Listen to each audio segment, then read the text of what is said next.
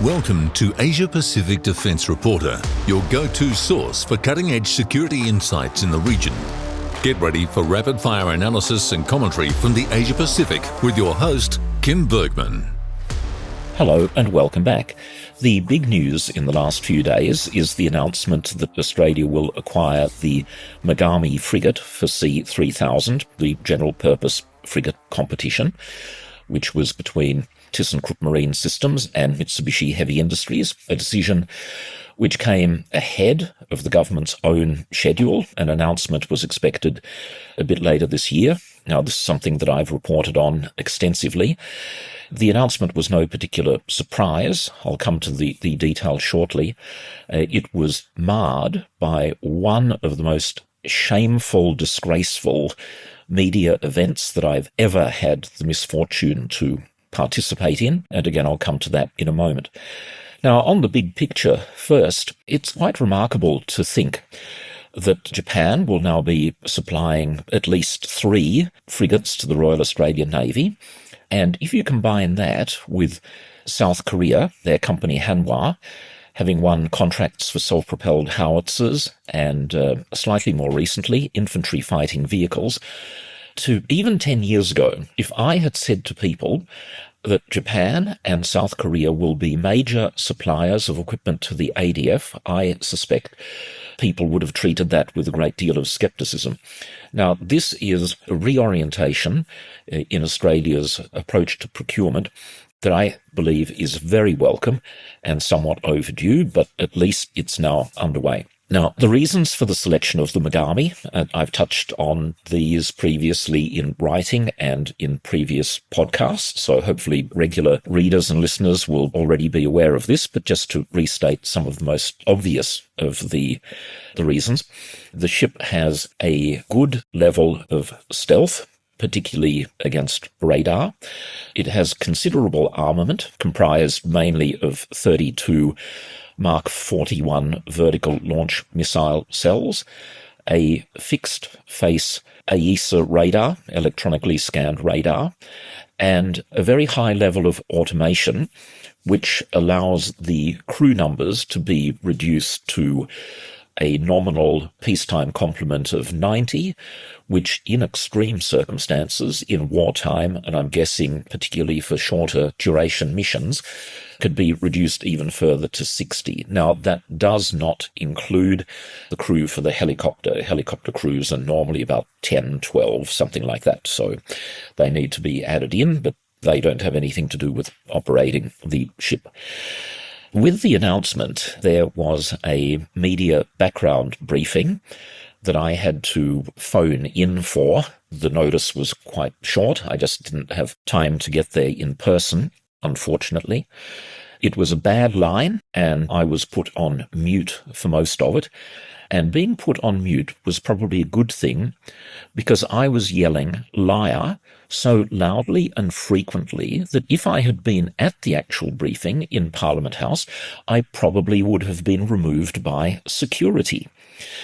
Now, because of the rules of this, because it's a background briefing, I'm not able to identify the people who were conveying a lot of misinformation. I'll just say that they were very senior. Now, at the conclusion of it, and I was unmuted at the very end and managed to get in a couple of quick questions, which were deflected. So I followed up in writing to the briefers, or rather their staff, because people of that seniority I doubt would ever read an email of mine.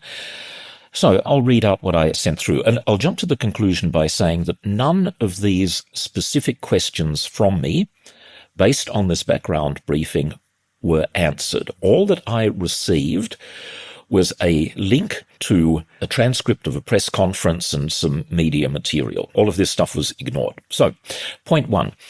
Questions to the background briefers. The argument that the acquisition cost of the Megami and the MECO 200 is about the same cannot be correct. It might be true for through-life costs, and I'll come to that in a moment, but there is simply no way that a 4,800-ton ship with 32 VLS cells can be built for the same amount as a 3,700-ton ship with 16 VLS cells. Labour rates in Germany and Japan are comparable, and it's easy to figure out the number of hours taken to build a ship based on the tonnage of the ship, and totalling up some of the more expensive machinery items, such as the gas turbines. The only possible explanation, this is still me writing, other than the data being manipulated by someone, is that Japan has subsidised their bid. Nothing wrong with that, I suppose. Point 2. I assume the person X misspoke when he said the cost of European missiles had to be added to the TKMS bid. Now, I'll just explain that. Of the many outrageous things said in the briefing, we were told that the cost of the Megami and the cost of the Miko was about the same. As I say, that simply cannot be true. And part of the justification was that because the Miko 200 came with European missiles, once a few $billion had been added to also purchase the European missiles that came with the ship, it was the same cost as the Megami. Now, this is a total, complete outrage, because TKMS were required under the screwed-up process to put in 2 bids. I should say they weren't required. They were given the opportunity to put in a bid based on their frigate for Egypt, what was called the exemplar design, but they also had the option to include an Australianised ship, and that was the one that they based their offer on. The Australianised ship came with the Saab 9LV combat management system and the full suite of regular RAN weapons, and that meant that it came without the need to add a single cent to the cost for missiles, because these are already in the RAN inventory. I could not believe that a person of this stature and this seniority was prepared to say something that is so demonstrably false. Anyway, I'll continue with my email. Point 3. The argument about lower through-life costs for the Megami is superficially attractive, and a smaller crew is a big part of this. However, I've looked into the claim by Japan of a 40-year life of type for the Megami, and it's a little bit thin. MHI have done some strengthening of the design, but the ship's hulls and major items such as gearboxes and engines also have a fixed life. I said I'd need a few more details of that before I'm convinced. Another claim was that ThyssenKrupp Marine Systems could not procure the Mark 41 vertical launch missile cells in time to match the schedule. I dispute that. I've raised that in particular with TKMS, and they told me that they had already been in discussions with Lockheed Martin about the suppliers. The other howler, the most obvious one, was this false addition of huge costs to the ThyssenKrupp Marine Systems. The other was about schedule, where the briefers both said, oh, well, we just didn't believe ThyssenKrupp Marine Systems. Now, that's just an outrageous position to adopt. And it was foreshadowed in an earlier podcast of mine when I heard a fairly senior RAN person in Japan basically saying that to the Japanese. We can trust you because your offer is sort of, backed by the Japanese government, but we can't trust a private supplier. Again, completely outrageous. A company sign things called contracts. They have a track record. TKMS have a wonderful record of meeting their contractual commitments. And as we were a group of journalists in the trip to Germany that I've previously referenced, we met with their German fabricator, a company called Renner, who in 38 months were able to produce a very similar ship for Egypt. And once again, it's just completely wrong for Defence to have arbitrarily ignored facts that didn't suit them. Again, so frustrating. This briefing was riddled with so many errors, and I can only assume that they were deliberate. There was also this discussion about the Megami not only has 32 vertical launch missile cells, but these are a slightly longer, what's called strike length VLS cells, so that they can take larger missiles such as SM-2, whereas the TKMS one comes with a regular size Mark 41 vertical launch missile system, almost identical to what the Anzac frigates have. The Anzacs just have a slightly older version.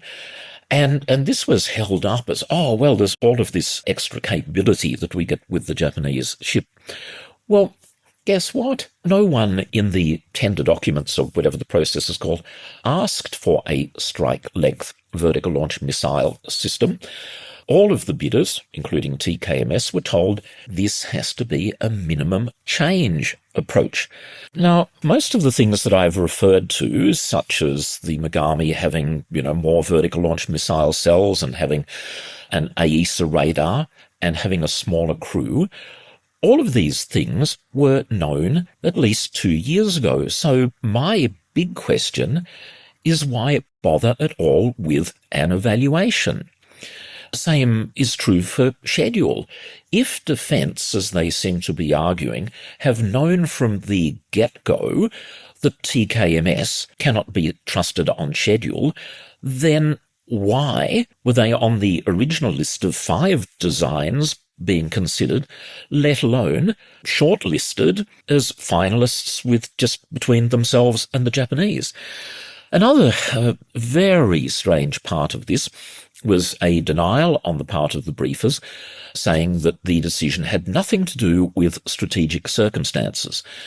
I think this has come about, and I've touched on this in the past, by pointing out that there's no thing in the documents that called for, strategic factors to be part of the decision. But of course they're a factor there in the background, because factors such as interoperability with the Japanese Maritime Self-Defense Force, of course it's a factor. Closer defence ties with Japan? Yeah, you bet. None of this has been reported by the mainstream media, even though I followed up with a very detailed email to several of my colleagues explaining these various untruths to them. And as one of them wrote back to me, it's time to look forward. Now, if that is applied across the board, then no political misdeed would ever be covered by the media, because by definition, by the time they had been discovered, they would also have happened in the past. Now, speaking of untruths, I noticed that Defence Minister Richard Marles was on Insiders, and there were a couple of howlers there. Untruth number 1, he said that when he was asked about the United States reviewing AUKUS, he repeated that we, Australia, that we have also reviewed AUKUS, and therefore it's fine for the Americans to do it. He referenced, again, the Defence Strategic Review. Let me say as clearly as possible, no, it did not. AUKUS was not reviewed in the Defence Strategic Review. It was deliberately excluded from it. And I was yelling at the TV, yelling at David Spears, why can't journalists do some more research and hold people to account? And to make sure that I wasn't going mad, I then went and, yes, reread the Defence Strategic Review. It mentions AUKUS in passing once or twice, but it didn't go into the substance of it at all. A flat-out untruth.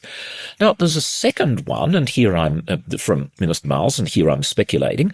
He said, again, it was a slightly confusing bit of to and fro with David Spears, so I will say that perhaps the minister misheard or misunderstood the question. But he said that the US must receive Australian approval before conducting strikes, military strikes from Australia. He said that, that Australian approval was necessary, and he kept on using the unusual word concurrence. Concurrence means 2 or more things happening at the same time, so it doesn't appear at all connected with a question about US operations. But without knowing this for a fact, I very much doubt that the US would even seek Australian approval, let alone need it. The idea of a B-52 based at Tyndall or a Virginia-class submarine at HMAS Stirling would need Australian approval before conducting an operation is just nonsense. and I have no idea why the Defence Minister said otherwise, except by telling the truth. It would once again reveal the weakness of the government's overall position on matters of sovereignty, what happens on our soil when the US deploys here. The AUKUS questions, of course, touched again on the sale to Australia, proposed sale to Australia of second-hand Virginia-class submarines, and as usual, Minister Marles seemed utterly blasé about this. Oh, yes, it's going to happen. However, I noticed a couple of media reports in the last week, the first in the Australian newspaper by Joe Kelly, who I know well, good journalist. But Joe, unfortunately, used the word transfer to Australia. Many journalists, keep on referring to transferred. No, Joe, no, everyone else. No, the second-hand submarines are not being transferred. They are being sold. We haven't been told what the amount is. I suspect it's going to be $3 billion per submarine. Everything seems to be in nice round units. And by the way, I wish they were being transferred, because then they could be transferred all the way back to the US for disposal at the end of their service life. And that leads me to a second article, which was in the Guardian newspaper, the Guardian being, the last remaining mouthpiece of the Communist Party. It was a very detailed article about the cost and difficulty of disposal of nuclear-powered submarines, something, by the way, that APDR has covered in some detail about 2 years ago. Anyway, it's better late than never, but cumulatively, as more facts are getting out there, despite the best attempts of the government to cover everything up, the worse it is looking. Now, as it happens, and this I'll swing back to Japan and the frigates, as I've been saying for quite some time, there needs to be a plan B. When it finally becomes apparent that we will not receive nuclear-powered submarines from the United States, I hope that we are now starting discussions with Japan about their Taigai submarine. Australia in 2016, as people know, Tony Abbott promised that we would buy the previous Soryu-class submarines. That fell over. Very embarrassing, very regrettable. The new generation Taigai submarines, almost by definition, are even more advanced, and they are also produced by Mitsubishi Heavy Industries. So I think it's high time that we also considered that possibility. Now, I'll just finish with a couple of an international development. Donald Trump will now meet Russian President Vladimir Putin, presumably to totally sell out Ukraine. This meeting is taking place in Alaska. Alaska used to be part of Russia. Russia sold the place, the state, became the state, to the United States in the 19th century. I can't see anything good coming out of the meeting. It looks like Ukraine is just going to be handed some sort of fait accompli, just basically give up all of the territory that Russia has seized. And by the way, Russia wants a bit more, so you'd better give it to them as well. Now, it's a reminder, there are 10% US tariffs on Australia and a host of other friends and allies, 0% on Russia. And you might recall that Trump, just a short time ago, told Putin to end the war with Ukraine by August the 8th, that was last Friday, or face massive sanctions. I note that that hasn't happened. I don't have a good feeling about this forthcoming meeting. Okay, that's all I've got time for. Thank you very much for listening. Goodbye for now, and see you next time. That's today's Asia Pacific Defence Reporter. For more in-depth articles, expert opinions and exclusive interviews, visit AsiaPacificDefenceReporter.com. Stay informed, stay ahead.